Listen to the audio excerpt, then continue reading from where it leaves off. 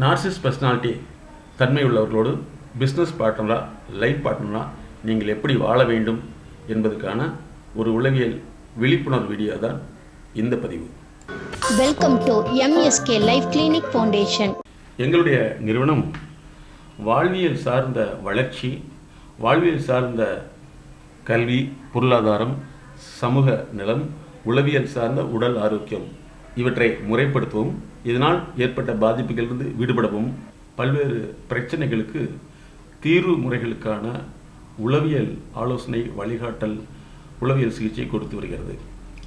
நாங்கள் பார்த்த ரொம்ப ஆச்சரியமான விஷயம் என்னென்னா, இதுவரைக்கும் எங்களுடைய 25 ஆண்டு கால சர்வீஸில் இந்த நார்சிஸ்டிக் பர்சனாலிட்டி அப்படின்னு சொல்லக்கூடிய ஒரு ஆளுமை சிதைவு உள்ளவர்கள், இவர்கள் எங்கள்கிட்ட ஆலோசனைக்கு வந்ததில் ஒரு 47 வயசுக்கு மேலே தான் நிறைய பேர் வந்திருக்காங்க. அவங்களையெல்லாம் நாங்கள் பார்க்கையில் அந்த பிரச்சனை எப்படி உருவாகிடுச்சுன்னு சொல்லி நாங்கள் அதை கண்டறிந்து அதை மாற்றுவதற்கல்ல, அவர்களோடு சமாளித்து வாழ்வதற்கான ஆலோசனையை, வழிகாட்டலை கொடுத்து கொண்டு வருகிறோம். இந்த சமீப காலங்களில் 40 வயது மேற்பட்டவர்கள் கிட்டத்தட்ட 65 வயது உள்ளவர்கள் வரை நாங்கள் கண்டறிந்துள்ளோம். அவர்கள் எங்களுடைய ஆலோசனைக்கு, வழிகாட்டலுக்கு வந்துள்ளார்கள்.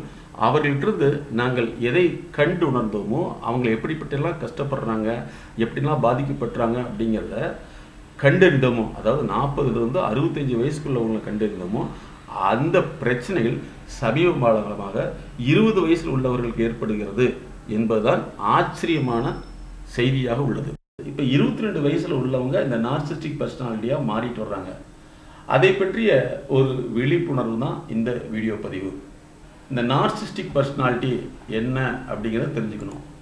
இந்த நார்சிஸ்ட் அப்படின்னாவே என்னென்னா, யாரோ ஒருத்தரை அவங்க அழிவுபடுத்துவாங்க, இழிவுபடுத்துவாங்க. அதன் மூலமாக சுக வாழ்க்கை வாழ்வாங்க. அவங்களுக்கு தற்பெருமை, தன்னைத்தானே உயர்ந்தவங்களாக எடுத்துக்கொள்ளக்கூடிய மனப்பான்மை, தனக்கு கீழே மற்றவங்களா இருக்க வேண்டும்ங்கிறது இருப்பாங்க. அப்படிங்கிற மனநிலை வாழ்வாங்க.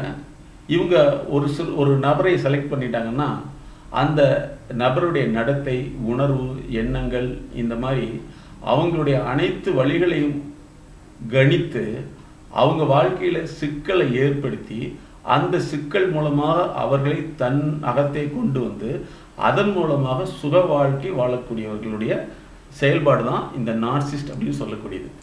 தன்னை மிக அழகானதாகவும், அதாவது தன்னை மிக அறிவாளியாகவும், மிகவும் அழகுள்ளவராகவும், தன்னால் எல்லாம் முடியும், உனக்கு காப்பாற்றுவேன், உன்னை காப்பாற்று கொள்ளும் திறமை எங்களிடத்தில் உள்ளது, நான் உனக்கு பாதுகாவலராக இருப்பேன் என்று அடுத்தவர்களுக்கு கூறி, அதன் அடிப்படையில் அவர்கள் இவர்களோடு சார்ந்திருக்க வரும்பொழுது தன்னுடைய சுய நலத்திற்காக, அதீத தன்னுடைய சுய நன்மைக்காக அடுத்தவர்களை பயன்படுத்துவார்கள். அவர்களை பயன்படுத்தும் போது அவர்கள் மீது கொஞ்சம் கூட அனுதாபமோ, மனித அபிமானமோ அல்லது கருணையோ எந்த விதமான தன்மையும் இருக்காது. மற்றவர்களை கஷ்டப்படுத்தி அழும்போது இவர்கள் சிரிப்பார்கள். பிறருடைய வேதனையை பற்றி கண்டுகொள்ள மாட்டார்கள். இவர்களுக்கு எறும்பு கடித்தாலும் கூட யானை மிதித்தது போல் இருக்கும். பிறருக்கு யானை மிதித்தாலும் கூட அது என்ன பெரிய விஷயம் என்று சொல்வார்கள். இவர்களுக்கு உடல்நிலை சரியில்லை என்றால் ஊரே செல்ல வேண்டும். ஆனால் மற்றவர்களுக்கு உடல்நிலை சரியில்லை என்றால் அது என்ன பெரிய விஷயம் சொல்லிவிடுவார்கள். மொத்தத்தில் இவங்க தன்னை முன்னிலைப்படுத்துவார்கள். தன்னை மட்டுமே முன்னிலைப்படுத்த வேண்டும் என்று பிறரை நிர்பந்திப்பார்கள். தன்னுடைய வாழ்க்கை தான் முக்கியம் என்று நினைப்பார்கள். அடுத்தவர்கள் மீது அனுதாபமோ, மனிதாபிமானமோ இருக்கவே இருக்காது. அடுத்தவர்களுடைய கஷ்டத்தை கண்டு ரசிப்பார்கள்.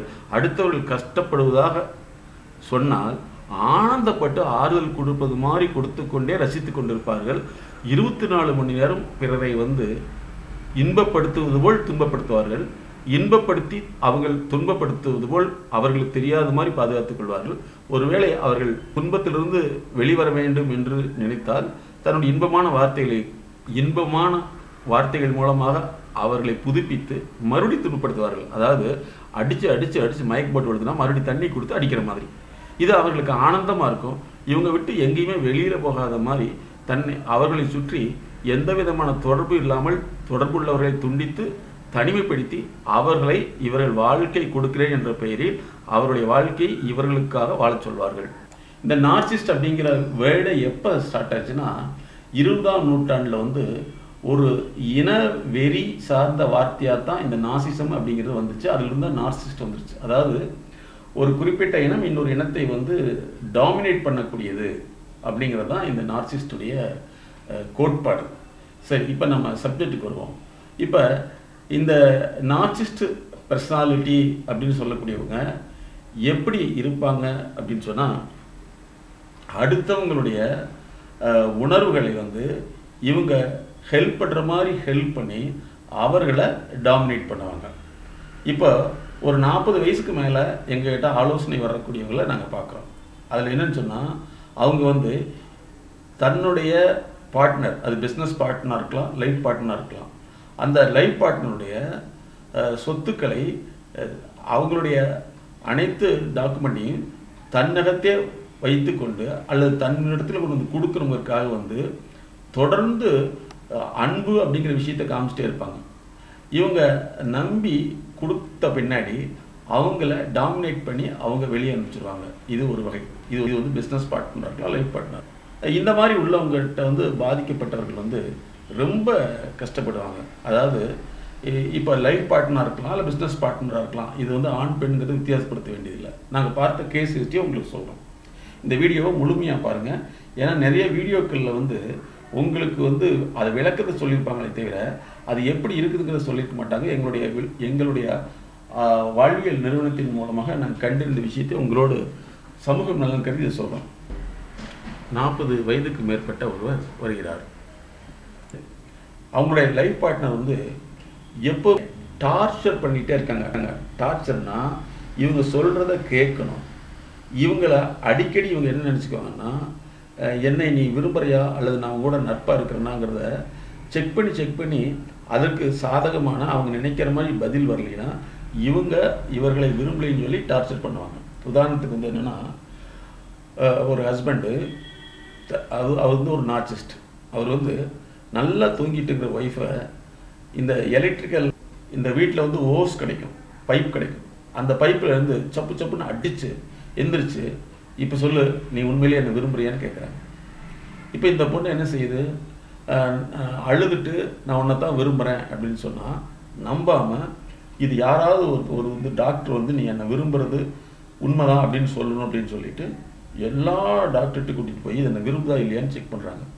அவங்கள உங்களை விரும்புதுன்னு சொன்ன முன்னாடி அதுலேயும் திருப்தி அடையாமல் தொடர்ந்து அடித்து வேதனைப்பட்டுகிட்டே இருக்காங்க. இந்த கேஸை நாங்கள் டீல் பண்ணணும். என்னென்னா, இந்த மாதிரி அவங்க அடுத்தவங்கள தூங்க விட மாட்டாங்க, நிம்மதியாக இருக்க மாட்டாங்க, எல்லா விஷயத்துலையும் சந்தேக கண்ணோட பார்ப்பாங்க. ஃப்ரெண்ட்ஸுக்கிட்ட பேசினா ஃப்ரெண்ட்ஸை கட் பண்ணி விட்டுருவாங்க. பொதுவாக இந்த நார்சிஸ்டிக் பர்சனாலிட்டி தன்மை உள்ளவங்க தன்னுடைய லைஃப் பார்ட்னராக இருக்கலாம், பிஸ்னஸ் பார்ட்னராக இருக்கலாம், அவங்க கூட யார் தொடர்பு கொண்டாலும் அந்த தொடர்பு கொண்டவங்களோடு இவங்க தொடர்பு கொண்டு நட்பை உருவாக்கி அந்த நட்பின் மூலமாக அவங்களுடைய தகவல்களை, 2 பேர்த்துடைய தகவல், இந்த நட்பின் மூலமாக இவருடைய தகவலையும் அவருடைய தகவலையும் சேகரிச்சுட்டு அதே தன்னுடைய பார்ட்னருக்கு எதிராக திருப்பி அந்த பார்ட்னருக்கும் அந்த நட்புக்கும் உள்ள தொடர்பை துண்டிப்பாங்க. பொதுவாக இது ஒரு 40 வயசில் ஏற்படுறது அப்படிங்கிறத சொல்லலாம், அனுபவம் அப்படிங்கிறது. இதில் முக்கியமான என்னென்னா, இந்த லாஸ்ட் வீடியோவில் தான் அதை சொல்ல போகிறோம். இப்படி ஒரு டைப்பு. இன்னொரு டைப் பிஸ்னஸ் பார்ட்டில் என்ன செய்கிறாங்கன்னா, யார் உதவி செய்ய அல்லது உதவி வேணும்னு கஷ்டப்படுறாங்களோ அவங்களுக்கு உதவி அளிக்கிற மாதிரி அவங்களுக்கு எல்லா உதவியும் செஞ்சு கொஞ்ச நாளில் என்ன செய்வாங்கன்னா, அவங்கள தன்னுடைய கட்டுப்பாட்டுக்குள்ளே வச்சு தான் நினச்ச நேரத்துக்கு வரணும். அது 2 மணிக்கு கூப்பிட்டாலும் சரி, ஆண் பெண் வித்தியாசமாக பார்க்க மாட்டாங்க. இவங்ககிட்ட லைஃப் பார்ட்னர் இருந்துட்டா அல்லது பிஸ்னஸ் பார்ட்னர், அது ஆணாக இருந்தாலும் பெண்ணாக இருந்தாலும் சரி, எனக்கு 6 மணிக்கு இங்கே வந்தாகணும், வரலைன்னா பயங்கரமாக சங்கடப்பட்டு கஷ்டப்பட்டு வேதனைப்படுத்திட்டு கடைசியில் நீ நல்லா இருக்கணும் தானே உனக்காக நான் சொல்கிறேன், இந்த பிஸ்னஸே உனக்குத்தானே சொல்கிறேன் அப்படின்னு சொல்லி அவங்கள காம் பண்ணிடுவாங்க, அமைதிப்படுத்திட்டு மறுபடியும் அவங்கள டார்ச்சர் பண்ணிகிட்டே இருப்பாங்க. இந்த நிலையில் அந்த டார்ச்சர் பண்ணப்பட்டவங்க இவங்கள் சொல்கிறது உண்மைதானா அல்லது பொய் தானா அப்படின்னு கண்டுபிடிக்கிறதுக்கு 20-30 வருஷங்கள் கூட ஆயிடுது. இது ஒரு டைப். அதே மாதிரி இன்னொரு டைப் என்னன்னு சொன்னால், அவங்க வந்து இது லைஃப் பார்ட்னராக இருக்கலாம், பிஸ்னஸ் பார்ட்னராக இருக்கலாம். அவங்க வந்து சம்பாதிக்கக்கூடிய ஒரு மெஷினாக மட்டும் பார்த்துக்குவாங்க. இவங்கள வந்து சம்பாரித்து கொடுத்துடணும். ஆனால் சம்பாரித்து கொடுக்கக்கூடிய நேரம் கொஞ்சம் நேரமாக இருக்கணும். மீதி நேரம் இவங்களை பற்றி புகழ்ந்து பேசிக்கிட்டே இருக்கணும். இவங்களை தவிர வேறு யார்கிட்ட தொடர்பு வச்சுக்கூடாது. அதுக்கு மேலே தொடர்பு வச்சுட்டா யார் தொடர்பு கொள்கிறாங்களோ அவங்கள தவறாக சொல்லி அவர்களை பற்றியான தவறான அபிப்பிராயத்தை இவங்க மனசில் பதிய வச்சு, அல்லது இவரை பற்றி அவங்ககிட்ட ஒரு தவறான அபிப்பிராயத்தை வச்சு அதை கட் பண்ணி விட்டுருவாங்க. இது ஒரு டைப். இதெல்லாமே நாங்கள் பார்க்குறது வந்து 40 வயசுக்கு மேலே உள்ளவங்களுடைய, அதாவது 40 வயதிலிருந்து 65 வயது வரை உள்ளவர்களிடத்தில் நாங்கள் கண்டறிந்த விஷயம். இன்னொரு வகை பார்த்தோம்னா, இந்த நார்சிஸ்டிக் பர்சனாலிட்டி டிஸார்டர் லைஃப் பார்ட்னராக இருக்கலாம், பிஸ்னஸ் பார்ட்னராக இருக்கலாம். தனக்கு உடல்நிலை சரியில்லை, எப்பவுமே முடியல அப்படிங்கிறத சொல்லிக்கிட்டே இருப்பாங்க. அதன் மூலமாக தன்னுடைய பார்ட்னரை வந்து தன் பக்கம் கொண்டு வருவதற்கு கடினமாக முயற்சி செய்வாங்க. தனக்கு நோய் உள்ளதாகவும் என்னால் எதுவுமே முடியாதுங்கிறதுன்னு சொல்லி தன்னுடைய பார்ட்னர், அது லைஃப் பார்ட்னராக இருக்கலாம், பிஸ்னஸ் பார்ட்னராக இருக்கலாம், அவங்கள வந்து வேலை செய்ய வச்சுட்டு என்ன நீ பாதுகாத்துக்கொள், என்னால் முடியல அப்படின்னு சொல்லி அவங்ககிட்ட எல்லா பொறுப்பையும் திரிச்சிட்டு அவங்களுடைய பணத்தை வந்து முழுமையாக இவங்களுக்காக செலவு பண்ணி வைக்கணும்.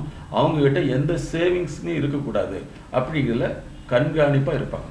அதற்கு மாற்றமாக செஞ்சுட்டா 2 வகையில் அவங்க வந்து இவங்களை வந்து பாதிப்பை ஏற்படுத்துவாங்க.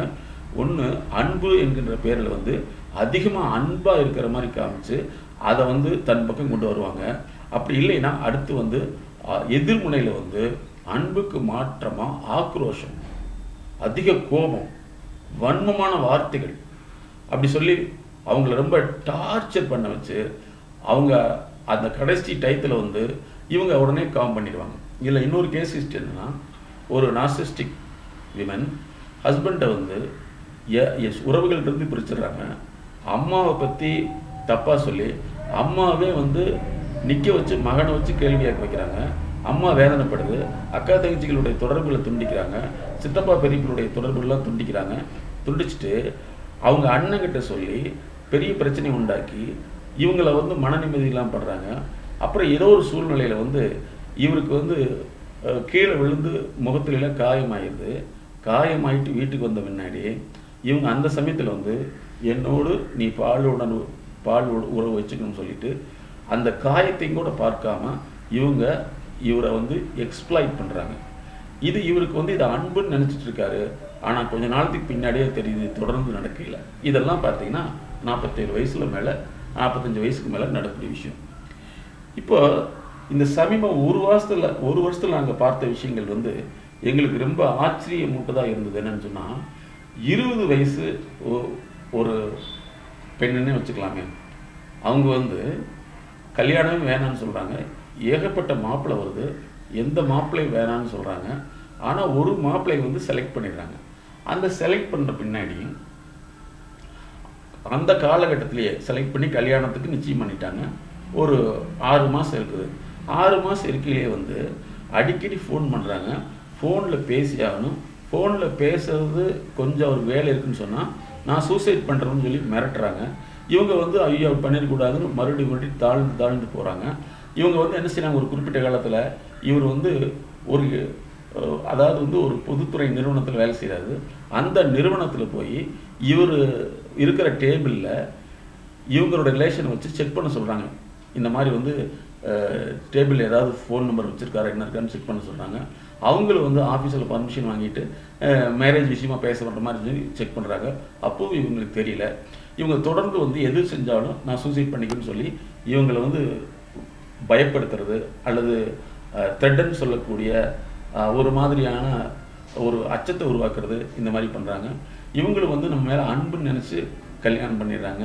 கல்யாணம் பண்ணி ஒரு 3 வருஷத்துக்குள்ளேயே வந்து வீட்டில் வந்து எந்த வேலையும் செய்கிறதில்ல. அந்த தன்னுடைய ஒரே பெரிய வீடு இருக்குது. அந்த வீட்டில் வந்து அம்மா அப்பா இவர் இருக்காங்க. இவங்க என்ன செய்கிறாங்க, உங்கள் அம்மா அப்பா கூட நீ சேரக்கூடாது, தனியாக தான் சாப்பாடாக்குன்னு சொல்லிட்டு தனியாக தனி கொடுத்துன்னு போயிடுறாங்க. பக்கத்துலேயே அறையில் ஒரு ரூமில். ஆனால் இந்த அறையிலிருந்து அவங்க அம்மா அப்பாட்ட போகக்கூடாது. ஒருவேளை அவங்க அம்மா டீ கொடுத்துட்டா அது சண்டை 2 நாளைக்கு இருக்கும். அதுக்கடுத்து வீட்டில் வேலையே செய்கிறது கிடையாது. எப்போ பார்த்தாலும் வந்து மொபைல் பார்த்துக்கிட்டே இருக்கிறது, எப்பவுமே எதையாவது ஒன்று சிந்திச்சுட்டே இருக்கிறது. ஆஃபீஸ் ஃபோன் பண்ணி அரை மணி நேரத்துக்கு ஒருக்கா 1 மணி நேரத்துக்கு ஃபோன் பண்ணி அவங்கள வந்து தொடர்ந்து கேள்வி கேட்டுகிட்டே இருக்கிறது. அவர் வேலை செய்கிறேன்னு சொன்னால் என்னை விட அவனுக்கு வேலை முக்கியமா, அப்போ என் மேலே அன்பு இல்லையா, நான் வீட்டுக்கு போகிறேன்னு சொல்லி போயிடுறது. இன்னொரு கேஸ் ஹிஸ்ட்ரி என்னென்னா, தன்னுடைய கணவன் வந்து ரொம்ப அன்புக்கு ஏங்கியவன், அன்புக்கு ஆசைப்படக்கூடியவன், அன்பை விரும்பக்கூடியவன் அப்படிங்கிறத தெரிஞ்சுக்கிட்டு இவங்க என்ன செய்கிறாங்கன்னா, தன்னுடைய ஹஸ்பண்டுடைய தங்கச்சியை தன்னுடைய அண்ணனுக்கு கல்யாணம் பண்ணி வச்சு அந்த பெண்ணுக்கும் அந்த அண்ணனுக்கும், அதாவது கல்யாணம் பண்ணி வைத்த தன்னுடைய ஹஸ்பண்டுடைய தங்கச்சிக்கும் அதே மாதிரி தன்னுடைய அண்ணனுக்கும் பிரச்சனைகளை உண்டாக்கி இந்த பெண் வந்து தன்னுடைய நாத்தனான்னு சொல்லக்கூடிய கணவனுடைய தங்கையை பிணையாக வச்சு அவரை அடிமைப்படுத்துகிறாங்க. இது குறிப்பிட்ட சூழ்நிலைக்கு பின்னாடி தான் தெரியுது. ஆனால் அந்த பெண் என்ன செஞ்சிச்சுன்னா, தொடர்ந்து இவங்களை அடிமைப்படுத்தி, அதாவது தன்னுடைய ஹஸ்பண்டுடைய தங்கச்சியை வந்து திருமண பந்தத்திலிருந்து வெளியேற்ற அளவுக்கு செஞ்சிருது. இது ஒரு வகை டைப். அதுக்கடுத்து இவங்க எப்படி இந்த நபரை செலக்ட் பண்ணுறான்னு கேட்டோம்னா இன்னும் ஆச்சரியமாக இருக்குது. அதாவது 40 வயசில் இது நடக்கிறது சொல்லலாம், அனுபவம்னு சொல்லலாம். ஆனால் 20 வயசில் எப்படி இது நடக்குதுங்கிறது தான் மிகப்பெரிய ஆச்சரியமான செய்தியாக இருந்தது. அப்போ இந்த மாதிரி செஞ்சுட்டு என்ன செய்கிறாங்கன்னா, ஒரு குழந்தையை பிறந்துருது. அந்த குழந்தையை இவங்க கருவியை பயன்படுத்தி அந்த குழந்தையை வச்சு இவருடைய தன்மையை தன் பக்கம் கொண்டு வர்றாங்க. ஏதாவது ஒன்று பேசிட்டு அந்த குழந்தையை அடிக்கிறது, குழந்தையை துன்பப்படுத்துறது. இவர் உடனே துன்பப்படுத்தாதுன்னு சொல்லிட்டு இவர் போயிடுறது. அதாவது நான் சொல்கிறது 1.5 வருஷ குழந்தைய. அதுக்கடுத்து என்னென்னா, அடிக்கடி அவங்க எங்கள் அம்மா வீட்டுக்கு போகிறேன்னு சொல்லிட்டு வீட்டுக்கு போயிடுறது. வீட்டுக்கு போயிட்டு அங்கே போய் உடம்புக்கு சரியில்லைன்னு சொல்லிடுறது. இவரை வந்து கூப்பிட்டா வர்றதில்ல. அதுக்கப்புறம் ஏதாவது பேசினா இவரை தொடர்ந்து காயப்படுத்திகிட்டே இருக்கிறது. இவர் வீட்டில் உள்ள நகை எல்லா பொருளையும் தூக்கிட்டு போயிடுறது. அதுக்கடுத்து என்ன சொல்கிறதுன்னா, இது வந்து என்னுடைய நகைன்னு சொல்லிடுறது. சரி, இப்போ அடுத்த கட்டம் பார்த்தோன்னா, இவங்க வந்து முதல்ல கூட்டு குடும்பத்தில் இருக்கிறத தனியாக பிரிக்கிறாங்க. பிரிச்சுட்டு அதுக்கடுத்து வந்து தனி வீடு போடான்னு என்னிடத்துக்கு கூப்பிட்டு போகிறாங்க. அதுக்கு முன்னாடியே எனக்கு அம்மா வீடு தான் சேஃப்டியாக இருக்குன்னு சொல்லி அம்மா வீட்டிலே இருக்கிறாங்க. அம்மா வீட்டில் இருக்கிறது வந்து சொந்த பந்தம்லாம் வந்து ஏன் இப்படி இருக்குன்னு இவரை கேட்குறப்ப வந்து அவங்களையும் கேட்குறப்ப வந்து அந்த இடத்துல ஒரு ட்ராமா பண்ணி இவங்க வந்து தனி வீடு போகணும் அப்படின்னு கொடுமைப்படுத்தி கூட்டிகிட்டு போகிறாங்க. அங்கேயும் கூட்டிகிட்டு போய் ஆஃபீஸுக்கு போனால் கரெக்டாக 9 மணிக்கு போயிட்டா 4 மணிக்கு வந்துடணும், அல்லது குறைஞ்சபட்சம் 5 மணிக்கு வந்துடணும். வரலின்னா ஏன் வரலின்னு 1000 ஃபோன் பண்ணி இவங்களை டார்ச்சர் பண்ணுறாங்க. இப்போ இது வந்து அவங்களுக்கு மிகப்பெரிய பாதிப்பை ஏற்படுத்துது. இது ஒன்று. இன்னொரு விஷயம் நாங்கள் பார்த்தது என்னென்னா, கல்யாணம் ஆகி 1 வாரம் தான் ஆகுது. அந்த 1 வாரத்துக்குள்ளேயே வந்து இந்த நபருக்கு வந்து அம்மா கிடையாது, பாட்டி வீட்டில் வாழ்கிறாப்புல, அப்பா மட்டும் தான் இருக்கிறாப்புல.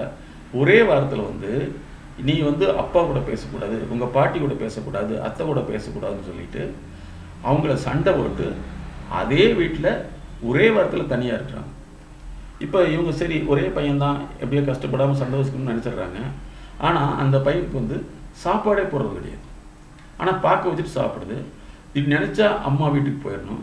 அம்மா வீட்டுக்கு போயிட்டு அங்கே 1 வாரம் இருக்கும். இவர் அங்கே பார்க்க போனால் அம்மா வீட்டில் இருந்துக்கிட்டு இவருக்கு தனியாக ஒரு பெட்டை போட்டு கொடுத்துருவாங்க. இவங்க எல்லாம் ஹாப்பியாக சாப்பிடுவாங்க. இவர் சாப்பிட்டியா சாப்பிட மாட்டாங்க, கேட்க மாட்டாங்க. இதுதான். இப்போ இது 2வது கேஸ். இதில் நாங்கள் வந்து இந்த ரிலேஷன்ஷிப் என்னென்னு பார்க்குறோம். பொதுவாக வந்து இந்த நாசிஸ்ட் அப்படிங்கிற தன்மை உள்ளவங்க, அதாவது நாசிசம் அப்படின்னாவே என்னென்னா, அதாவது பழுக்க காய்ச்ச இரும்பு துண்டுன்னு சொல்கிறோம். அதே மாதிரி இசைத்துறையில் என்ன சொல்லுவாங்கன்னா நாரசம் சொல்லுவாங்க. நாரசம் அப்படிங்கிறது வந்து பாட்டுக்கு தகுந்த மாதிரி இல்லாமல் எதிரில் வேலை செய்கிறதுன்னு சொல்லுவாங்க. ஸோ இவங்க வந்து என்ன நினச்சிக்கிறாங்க அப்படின்னு சொன்னால், இந்த நாசிஸ்ட பர்சனாலிட்டி, இது ஆணாக இருக்கலாம், பெண்ணாக இருக்கலாம், பிஸ்னஸ் பார்ட்னராக இருக்கலாம், லைஃப் பார்ட்னராக இருக்கலாம். அவங்க தான் மட்டுமே சிறந்தவர்கள், என்னை மட்டுமே நீ கவனிக்கணும், என்னை அதிகமாக புகழ்ந்து பேசணும், என்னை தவிர உன்னுடைய கவனம் எங்கேயுமே இருக்கக்கூடாது அப்படின்ட்டு இருப்பாங்க. இவங்களை பற்றி யாராவது சின்ன வார்த்தை தவறுதலாக பேசிட்டாலோ அல்லது இவருக்கு எதிராக பேசிட்டாலோ, அதாவது தன்னுடைய ஹஸ்பண்டை பற்றி குறை சொல்கிறாங்கன்னா அத்தனை பேரும் குறை சொல்லி ஆகணும். அதே மாதிரி தன்னுடைய ஹஸ்பண்டை வந்து யாராவது நல்லவங்க சொல்லிட்டா இவங்கள மோசமானவங்க சொல்லி அவங்க நம்ப வைப்பாங்க. இதுதான் அவங்களுடைய கேரக்டர். இதில் இன்னொரு ரிலேஷன்ஷிப் என்னன்னு சொன்னால், இந்த நாசிசம் தன்மை உள்ளவங்க இல்லாத ஒரு பொய்யை சொல்லி அந்த பொய்யை வந்து தன்னுடைய பார்ட்னர்கிட்ட திரும்ப திரும்ப திரும்ப திரும்ப சொல்லி சொல்லி அந்த பார்ட்னர் உண்மையை மறந்து போட்டு நீ சொல்றதான் உண்மைன்னு சொல்ல வச்சிருவாங்க. இது ரொம்ப ஆச்சரியமா இருக்கும். அது பணமா இருக்கலாம், காசா இருக்கலாம். இன்னும் சொல்ல போனா தன்னுடைய பார்ட்னர் வந்து அடிச்சிருக்கவே மாட்டாங்க, திட்டிருக்கவே மாட்டாங்க. ஆனால் நீ தான் திட்டினா நீ தான் திட்டுன்னு சொல்ல சொல்லி சொல்லி இவங்களுடைய மூளையில், பார்ட்னருடைய மூளையில் தான் திட்டவே இல்லைங்கிறத மறக்க வச்சு ஒரு கட்டத்தில் வந்து ஆமாம் நீ தான் திட்டின அப்படின்னு சொல்ல வச்சிடறாங்க. இப்போ இவங்க இதில் வந்து ரொம்ப துடிச்சுக்கிட்டே இருக்காங்க. நிறைய பேர் இதுக்கு என்ன வழிங்கிறாங்க. இந்த வழிங்கிறது இந்த வீடியோடைய கடைசியில் உங்களுக்கு நாங்கள் சொல்ல போகிறோம். இந்த வீடியோவை வந்து முழுசாக பாருங்க. எல்லா வீடியோக்களும் வந்து உங்களுக்கு அவங்களுடைய தன்மையை சொல்லும். நாங்கள் ஒரு கேஸ் ஹிஸ்ட்ரி அவங்கள எப்படி வந்து ஹேண்டில் பண்ணுங்கிறது ஒரு நாள் ஒரு சொல் கிடையாது, அது தொடர் நிகழ்வு. ஏன்னா இதில் வந்து பாதிக்கப்பட்டவர்களையும் காப்பாற்றணும், அவங்க கூட இருப்பவர்களையும் காப்பாற்றணும், குடும்ப சிதைவு இல்லாமல் அவங்க முன்னேறணுங்கிறதுக்காக தான் இந்த உளவியல் சார்ந்த விழிப்புணர்வு. ஆனால் இந்த மாதிரி உள்ளவங்களை வந்து அந்த நாசிஸ்ட் பிஹேவியரை வந்து நாசிஸ்ட் பிஹேவியர் டிஸார்டர் க்யூர் பண்ணவே முடியாது. ஏன்னா அவங்க எப்பவுமே வந்து கிராண்டியோஸ் அப்படிங்கிற மனநிலை இருப்பாங்க. நான் கரெக்ட், நீ தப்பு, நீ மட்டும் தப்பு இல்லை, உன்னை சார்ந்தவர்களும் தப்பு, உங்க கூட யார் சேர்றாங்களோ அவங்களும் தப்பு, என்ன தவிர எல்லாமே தப்பு அப்படிங்கிறது தான் அவங்களுடைய கேரக்டர். அப்போ அந்த வாழ்க்கை சூழலில் இவங்க இருக்கிறப்ப இவங்கள வாழ்க்கையை விட்டு வெளியில் வர முடியாது. அப்போ இவங்க எப்படி வாழணும் அப்படிங்கிறது தான் தொடர் உளவியல் சார்ந்த வழிகாட்டல் தேவை அப்படிங்கிறது. இன்னொன்று, இந்த மாதிரி பாதிக்கப்பட்டவர்கள், அதாவது நாசிஸ்டால் பாதிக்கப்பட்டவர்கள் அடிக்கடி டிப்ரெஷன், பசியின்மை, கோபம், தூக்கமின்மை, வெறுப்பு, சுய உணர்வு, நரம்பு கோளாறுகள், அதே மாதிரி பல்வேறு பிரச்சனைகளை இவங்க பாதிச்சுட்டு இருப்பாங்க. இவர்களை காப்பாற்றுவது முக்கியமான நோக்கமாக இருக்கிறது. அதாவது நாசிஸ்ட் பிஹேவியரை வந்து மாற்ற முடியாது என்பதை புரிந்து கொண்டு இந்த நாசிஸ்ட்னால் பாதிக்கப்பட்டவர்கள் தங்களை காப்பாற்றி கொள்ள வேண்டும் அப்படிங்கிறது தான் முக்கியமான விஷயம். ஏன்னா இவங்களுக்கு குடும்பம் இருக்கும். சரி, இன்னொரு முக்கியமான விஷயம் என்னன்னு சொன்னால், இந்த ஃபஸ்ட்டு வந்து இவங்களுக்குள்ள கோரிலேஷன் என்னென்னா, இந்த நாசிஸ்ட் பிஹேவியர் உள்ளவங்க எப்படிப்பட்ட லைஃப் பார்ட்னர் செலக்ட் பண்ணுறாங்க, இதுதான் எங்களுக்கு மிக ஆச்சரியமாக இருந்தது. ஒரு 40 வயசில் இதை செய்கிறாங்க அப்படின்னு சொன்னால் அது பல்வேறு வகையான அனுபவம் அல்லது வந்து இவங்க கேட்ட செய்தி அடிப்படையிலான ஒரு செயல்பாடுன்னு இருக்கலாம். ஆனால் 20 வயசில் உள்ள ஒரு பெண் வந்து எப்படி இவங்களை செலக்ட் பண்ணுறாங்க, அதுக்கு 2 கேஸ் வச்சு சொல்கிறோம். இப்போ 20 வயசு ஆயிடுச்சு. 20 வயசில் வந்து அந்த பெண்ணை வந்து நிறைய பேர் மாப்பிள்ளை கேட்குறாங்க, வேணவே வேணாம்னு சொல்லிட்டு ஒரே ஒரு மாப்பிள்ளையை செலக்ட் பண்ணுது. அந்த மாப்பிள்ளை யார் அப்படின்னா, அவங்ககிட்ட பேசி பேசி பேசி அவனுடைய கடந்த வாழ்க்கை எல்லாமே எடுத்துட்டு நான் உனக்கு ஹெல்ப் பண்ணுறேன், நான் உன்னுடைய லைஃப் பார்ட்னர், நான் தான் உனக்கு எல்லாமேன்னு சொல்லி நம்ப வச்சு அவன் யாரை லவ் பண்ணாங்கிறத ஃபுல்லாக கண்டறிந்து அந்த லவ் சொந்தமான அனைத்து ஹிஸ்ட்ரி வீடியோக்களெல்லாம் எடுத்து வச்சுக்கிட்டு அதன் அடிப்படையில் வந்து அவங்க டார்ச்சர் பண்ண ஆரம்பிச்சிடுறாங்க. இது ஒன்று. அதே மாதிரி இவங்களுக்கு இந்த இன்னொரு வகையில் என்னென்னா, இந்த 20 வயசுக்காரவங்க அவங்க தொடர்ந்து பாலியல் சார்ந்த வீடியோக்களை பார்த்துட்டு என்னை பாலியல் சார்ந்த உரையில் நீ முழுசாக இன்பப்படுத்தணும் அப்படின்னு சொல்கிறாங்க. அதே மாதிரி இவங்களுடைய அனைத்து விஷயத்தையும் கண்ட்ரோல் இருக்கணும் அப்படின்னு சொல்லி திட்டமிட்டு, எப்படி இந்த திட்டமிடுதல் வருது அப்படிங்கிறது தான் மிக ஆச்சரியமான விஷயம்.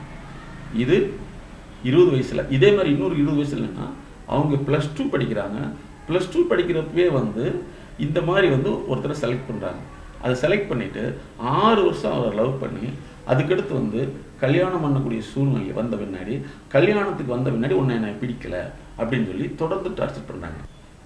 இந்த டார்ச்சர் செஞ்சுக்கிட்டே மீண்டும் தன்னுடைய லைஃப் பார்ட்னர் வந்து நான் வந்து ஹையர் ஸ்டடீஸ் படிக்கணும் அப்படின்னு சொல்லிட்டு அவங்க வந்து பிஜி பண்ணுறதுக்கு தன்னுடைய அந்த லைஃப் பார்ட்னர் தான் கொண்டு போய் ட்ராப் பண்ணணும்.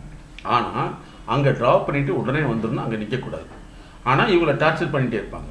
பட் இவர் வந்து படிப்புக்கு இவர் தான் செலவு பண்ணணும், படிப்புக்கான அனைத்து முயற்சிகளுக்கும் இவர் தான் சப்போர்ட் பண்ணணும், இதுக்கிடையில் வேலைக்கும் போய்க்கணும் அப்படின்னு சொல்கிறாங்க. சரி, இப்போ இந்த நார்சிஸ்ட் பர்சனாலிட்டி வந்து எப்படிப்பட்ட ஆட்களை வந்து தேடுறாங்க அப்படிங்கிறது ரொம்ப ரொம்ப முக்கியமான விஷயம். பொதுவாக வந்து சமூகம் நடக்கக்கூடிய விஷயங்களை எதுவுமே இவங்க எடுத்துக்க மாட்டாங்க, சமூகத்துக்கு மாற்றமாக தான் நடத்துக்குவாங்க. இப்போ இந்த நார்சிஸ்ட் பர்சனாலிட்டி எப்படிப்பட்ட life partner, business partner select பண்ணுறாங்கன்னா, அட்டாச்மெண்ட் டிஸார்டர், அதே மாதிரி டிபெண்டன்சி டிஸார்டர், அஃபெக்டிவ் டிஸார்டர் அப்படிங்கிற 3 வகை கோளாறு உள்ளவங்களை மட்டும்தான் இவங்க செலக்ட் பண்ணுறாங்க. இது 40 வயசில் செலக்ட் பண்ணால் பரவாயில்ல, ஆனால் 20 வயசில் எப்படி இவங்க செலக்ட் பண்ண முடியுது, அப்படிப்பட்ட நபரை எப்படி இவங்க புரிஞ்சு கொள்ள முடியுது அப்படின்னு நாங்கள் தொடர்ந்து ஆய்வு செய்யல. இதுதான் இந்த ஆய்வினுடைய உலகளாவிய முறையில் என்னன்னு சொன்னால், அதுதான் அவங்களுடைய ஜெனட்டிக்ஸ், அவங்களுடைய ஜீன். அவங்க ஃபேமிலியில் பேரண்ட்டிட்ட இந்த பழக்கம் இருக்கும், ஆனால் இது தெரியாது.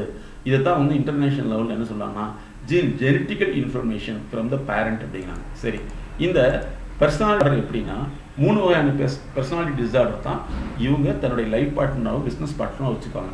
ஃபஸ்ட்டு அஃபெக்டிவ் டிஸார்டர்னு சொல்லுவாங்க. இவங்க வந்து எப்போவுமே வந்து மூடு சரியில்லை, மூடு இல்லாமல் இருப்பாங்க. இவங்க இதுவா அதுவான குழப்பத்தில் இருப்பாங்க, முடிவெடுக்க தெரியாமல் இருப்பாங்க. இப்படிப்பட்ட ஆட்களை செலக்ட் பண்ணுறாங்க. இதில் 3 வகையும் உள்ளவங்களை தான் அவங்க செலக்ட் பண்ணுறாங்க. அதுக்கடுத்து டிபெண்டன்சி பர்சனாலிட்டி டிஸார்டர் உள்ளவங்களை தான் இவங்க லைஃப் பார்ட்னராகவும் பிஸ்னஸ் பார்ட்னராகவும் செலக்ட் பண்ணுறாங்க. என்னன்னு சொன்னால், எப்பவுமே எனக்கு யாருமே உதவி செய்யறதுக்கு யாருமே இல்லை, அதே மாதிரி என்னை யாருமாவது பார்த்துக்கிறதுக்கு ஒரு ஆள் வேணும், அதே மாதிரி நான் எல்லார்ட்டும் வந்து பணிந்து போவேன் அப்படின்னு சொல்லி அப்படி கேரக்டர் உள்ளவங்க தான் இவங்க டிபெண்டன்சி பர்சனாலிட்டி டிஸார்டர் உள்ளவங்க இந்த நார்சிஸ்டிக் பர்சனாலிட்டிட்ட அடிமையாகிடுறாங்க. அதாவது நார்சிஸ்டிக் பர்சனாலிட்டி, இந்த affective disorder, dependency personality disorder தான் இவங்க லைஃப் பார்ட்னர் செலக்ட் பண்ணுறாங்க. அதுக்கடுத்து பார்த்தீங்கன்னா அட்டாச்மெண்ட் டிஸார்டர் உள்ளவங்க, அதாவது அவங்க வந்து நிறைய வந்து படவெடுப்பு, அதே மாதிரி கவலை, எப்பவுமே வந்து மனசில் கவலையாகவே இருந்துட்டு இருப்பாங்க. அதே மாதிரி குடும்பத்தினாலோ சமூகத்தினாலோ அவங்க வந்து நிராகரிக்கப்பட்டிருப்பாங்க. எப்போ பயந்த சுபாவத்தில் இருப்பாங்க. எதுலையுமே ஆர்கனைஸ்டாக ஒரு முறைப்படி செய்ய தெரியாதவர்கள் இருப்பாங்க. எப்பவுமே வந்து தான் ஒரு செக்யூர்டு பாதுகாப்பான அட்டாச்மெண்ட் வளையத்துக்குள்ள பாதுகாப்பான வளையத்துக்குள்ள இருக்கணும்னு நினைக்கிறவங்கள தான் இவங்க லைஃப் பார்ட்னர் செலக்ட் பண்ணுறாங்க. அப்போ இந்த 20 வயசில் உள்ள நார்சிஸ்டிக் பர்சனாலிட்டி பீப்புள் எப்படி இந்த வயசில் உள்ளவங்க செலக்ட் பண்ணுறாங்கன்னு நாங்கள் ஆய்வு செய்யலை. அதுக்கப்புறம் நாங்கள் கண்டுபிடிச்சோம்னா 47 வயசு 40 வயசு 50 வயசில், இன்னும் சொல்லப்போனால் 66 வயசில் உள்ளவங்கள நாங்கள் எங்கள் கன்சல்டேஷனில் பார்த்ததில் வந்து பார்த்திங்கன்னா இது எல்லாமே இந்த நார்சிஸ்டிக் பர்சனாலிட்டி வந்து அவங்க 20 வயசுலேயே இவங்களை செலக்ட் பண்ணுறாங்க. ஆனால் இவங்களுக்கு எப்போ தெரியுது அப்படின்னு சொன்னால் 50 வயசில் தான் தெரியுது, ஒரு சிலருக்கு 60 வயசில் தான் தெரியுது. சில சமயங்களில் வந்து இவங்க ரொம்ப பாதிக்கப்பட்டு உடல்நல கோளாறுகள், நரம்பு கோளாறுகள் இந்த மாதிரிலாம் நிறைய வந்துட்டு இருக்குது. அதை மட்டும் இல்லாமல் இந்த நார்சிஸ்டிக் பர்சனாலிட்டி உள்ள பீப்புள் வந்து தன்னுடைய குழந்தைகளையே தான் செலக்ட் பண்ண லைஃப் பார்ட்னர் பிஸ்னஸ் பார்ட்னர் மேலே தவறாக எதிராக திருப்பி விட்டுருவாங்க. அப்போ அவங்க வந்து தன்னுடைய சைடில் இவங்க இருக்கணும் அப்படின்னு நினைப்பாங்க. அதே மாதிரி 2 வகையில் இவங்க அந்த ஆயுதத்தை பயன்படுத்துவாங்க. ஒன்று, உன்னால் வந்து நீ நான் சொல்கிற மாதிரி கேட்கலின்னா சூசைட் பண்ணிக்குவேன் அப்படின்னு சொல்லி மிரட்டுவாங்க. அப்படி இல்லைன்னா உன்னால் முடியலைன்னா நீ எதுக்கு உயிரோட வாழ்கிற, நீ சாக வேண்டியதான்னு சொல்லுவாங்க. ஒன்று, இந்த சைடு வந்து பயத்தை உருவாக்குவாங்க. அதாவது இவங்களுக்கு நீங்கள் சாகுன்னு சொல்லுவாங்க, இல்லைன்னா உன்னால் நான் சாக போகிறேன்னு சொல்லி பயப்படுத்துவாங்க. இப்படி தான் அவங்க பண்ணிகிட்டே இருப்பாங்க. இதற்கிடையில் வந்து அவங்க தன்னுடைய குழந்தைகள் பயன்படுத்துவாங்க. சரி, இது அடுத்த ஒரு மூணாவது டிமோகிராஃபிக்கல் ப்ரொஃபைல் என்னன்னு சொன்னால், இவங்க பேரண்ட்ஸ், இந்த நார்சிஸ்டிக் பிஹேவியருடைய பேரண்ட்ஸ் வந்து இவங்க என்ன சொன்னாலும் அதை நம்புவாங்க. இவங்க சொல்கிறதுக்கு ஏற்ப அவங்க இருப்பாங்க. அதாவது ஒரு பிஸ்னஸ் பார்ட்னரோ அல்லது பொண்ணோ வந்து அல்லது பையனோ வந்து தன்னுடைய லைஃப் பார்ட்னரை வந்து தப்பாக சொல்கிறாங்கன்னா இவங்க அந்த தப்பாக சொல்கிறது தப்புன்னு சொல்லாமல் தப்பாக சொல்கிறது கரெக்டுன்னு சொல்லி இந்த நார்சிஸ்டிக்கு தான் சப்போர்ட் பண்ணுவாங்க. இதில் பெரிய விஷயம் என்னென்னா, இந்த நார்சிஸ்டிக் ஃபேமிலியில் உள்ளவங்க அத்தனை சர்க்கிளுமே இந்த நார்சிஸ்டிக் ஃபேமிலி தன்னுடைய கட்டுப்பாட்டுகளை வச்சுக்குவாங்க. இந்த நார்சிஸ்ட் சொல்லக்கூடியது அத்தனையுமே அவங்க கேட்பாங்க. அதே மாதிரி இந்த நார்சிஸ்டிக் ஃபேமிலி வந்து அந்த லைஃப் பார்ட்னர், அவர்கள் லைஃப் பார்ட்னர் அல்லது பிஸ்னஸ் பார்ட்னருடைய ஃபேமிலியை சுத்தமாக துண்டிக்க விட்டு தனிமைப்படுத்துவாங்க. இவர்களும் என்ன செய்வாங்கன்னா, ஆரம்ப காலத்தில் வந்து மென்மையான தன்மையான வார்த்தைகளை நம்பி தன்னை பற்றி எல்லா விஷயங்களையுமே சொல்லி சொல்லி எனக்கு யாருமே இல்லை, நீ தான், நான் உன் பின்னாடி தான் வாழுவேன், நீ தான் என்னை காப்பாற்றணும்னு சொல்லிட்டு இவர்களை ரசிக்கக்கூடிய நபராக இவங்க ஆரம்பத்திலிருந்து மனசில் பதிவு வச்சிடுறாங்க. அப்போ இப்படிலாம் பார்க்கும் பொழுது அந்த பர்சனாலிட்டி, நார்சிஸ்டிக் பர்சனாலிட்டியை வந்து இவங்க டெவலப் பண்ணிடுறாங்க. ஆனால் இவங்களுக்கு தெரிகிறப்ப தான் அதிலிருந்து விலகுன்னு நினைக்கிறாங்க. இது நாங்கள் என்ன சொல்கிறோம்னா அப்படி விலக முடியாது, விலகவும் கூடாது, விலகவும் விட மாட்டார்கள். ஆகவே அவர்களோடு எப்படி வாழணும், அவங்களை எப்படி நீங்கள் வந்து புரிந்து கொண்டு வாழணும், அவர்களை வந்து தவறு என்று சொல்லி விலகி வர முடியாது, அவங்கள விட்டுட்டு வர முடியாது. அவங்கள வந்து நீங்கள் துண்டிச்சுட்டு வாழ முடியாது, வர முடியாது. ஏன்னா உங்களுடைய தன்மைகள் எல்லாமே தெரியும். உங்களால் துண்டிச்சுட்டு ஒரு நிமிஷம் கூட வாழ முடியாது, துண்டிச்சுட்டு ஒரு நிமிஷம் கூட வெளியில் போக முடியாது. ஆகவே உங்களை நீங்கள் எப்படி முறைப்படுத்த வேண்டும், அப்படிப்பட்டவங்ககிட்ட வந்து எப்படி நீங்கள் வாழ்க்கையை வாழணுங்கிறது தான் தொடர் உளவியல் சார்ந்த ஆலோசனை தேவை. இது வந்து ஒரு நாள் 2 நாள் கிடையாது, குறைஞ்சு 3 ஆண்டுகளுக்கு மேலே தேவைப்படும். ஆகவே உங்களுடைய வாழ்க்கையில் வந்து இந்த நார்சிஸ்டிக் பர்சனாலிட்டி பீப்புள் வந்து லைஃப் பார்ட்னராகவோ பிஸ்னஸ் பார்ட்னராக இருந்தாங்கன்னா அவர்களை நீங்கள் எப்படி கையாளணும், அவர்களை கூட எப்படி வாழணுங்க தான் தொடர் ஆலோசனை வேணுங்கிற பற்றிய விழிப்புணர்வு தான் இது. நண்பர்களே, இது வந்து முற்றிலுமான உளவியல் சார்ந்த விழிப்புணர்வு. ஆகவே உங்களுடைய வாழ்க்கையை முறைப்படுத்த உங்களுடைய வாழ்க்கை லைஃப் பார்ட்னர் அல்லது பிஸ்னஸ் பார்ட்னர் நார்சிஸ்டிக் பார்ட்னர் இருந்தால் அவங்களோடு நீங்கள் தொடர்ந்து இணைந்து மகிழ்ச்சியாக வாழ நாங்கள் உதவி செய்கிறோம். நீங்கள் அந்த குழந்தைகள் உருவான பின்னாடி அவர்களை நீங்கள் விட்டு வெளியும் வர முடியாது, வெளியே வந்தாலும் உங்களுடைய மனநிலை எடுத்துக்கொள்ளாது, அதனால் நீங்கள் கஷ்டப்படுவீர்கள் என்பதும் அது அவர்களுக்கு தெரியும், அதே போல் அது உங்களுக்கு தெரியாது. ஆகவே நீங்கள் அவர்களோடு இணைந்து எப்படி வாழ வேண்டும் என்பதை நீங்கள் புரிந்து கொள்வதற்கு தான் நாங்கள் உதவி செய்கிறோம். அதே போல் இந்த நார்சிஸ்டிக் பர்சனாலிட்டி உள்ளவங்க யாரையுமே நல்லவங்க சொல்ல மாட்டாங்க. மருத்துவர்கள் உதவி செய்தாலும் அவர்கள் உணவுகளுக்கு சப்போர்ட் பண்ணுறாங்கன்னு சொல்லுவாங்க. அதே மாதிரி பல நேரங்களில் வந்து தன்னுடைய லைஃப் பார்ட்னர் வந்து காயப்படுத்தி அதன் மூலமாக கூட இவங்க தான் காயப்படுத்தினாங்கன்னு சொல்லுவாங்க. இதெல்லாம் அவர்களுடைய இயல்பு நிலை என்பதை புரிந்து கொள்ள வேண்டும்.